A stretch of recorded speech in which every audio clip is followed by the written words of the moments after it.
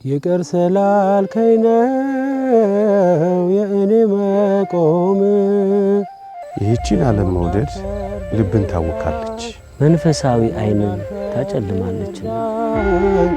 በሰዎች ድካም ዓለምን የናቁ በዲያብሎስ ላይ የዘመቱ መነኮሳት በሙት አንሳ ማር ቅዱስ ሚካኤል አንድነት ገዳም ከትመዋል። ደግሞ እንዳልፈርድ እርዳኝ። ገዳማት በቅዱሳን አባቶች ጸሎት ታጥረው የሚኖሩ ስለ ሀገር ሰላምና አንድነት የሚጸልዩ የመነኮሳት ሰፈር ናቸው። ዛሬ ላይ ግን የሙት አንሳ ማር ቅዱስ ሚካኤል አንድነት ገዳም በችግር ላይ ይገኛል።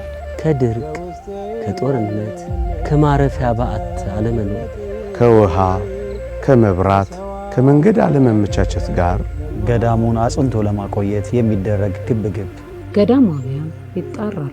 ምጽዋት ማድረግ ከእግዚአብሔር የሚሰጥ የርኅራኄ ልብ ነው።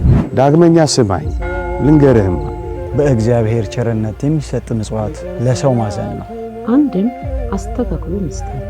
ቅዱሳን አባቶች ጀምረው ሳይፈጽሙት የተዉት ሥራ ምን አለ? እኔም እንደ አባቶቼ እስከ ፍጻሜው ከገዳማውያኑ ጋር ቆማለሁ። እናንተስ?